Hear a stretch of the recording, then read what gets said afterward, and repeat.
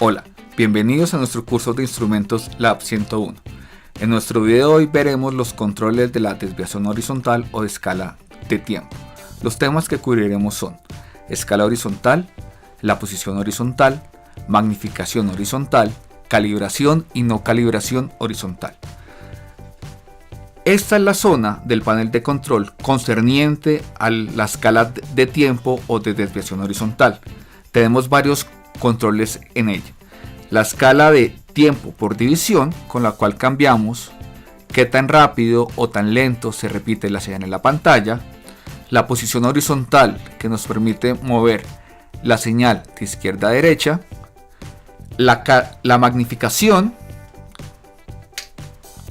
la descalibración y finalmente el modo XY. Con respecto a todos esos controles los profundizaremos más adelante. En resumen, los temas que hemos visto el día de hoy: los controles del eje de tiempo o de escala horizontal y el modo de visualización XY. Y hasta aquí nuestra sesión de controles de desviación horizontal.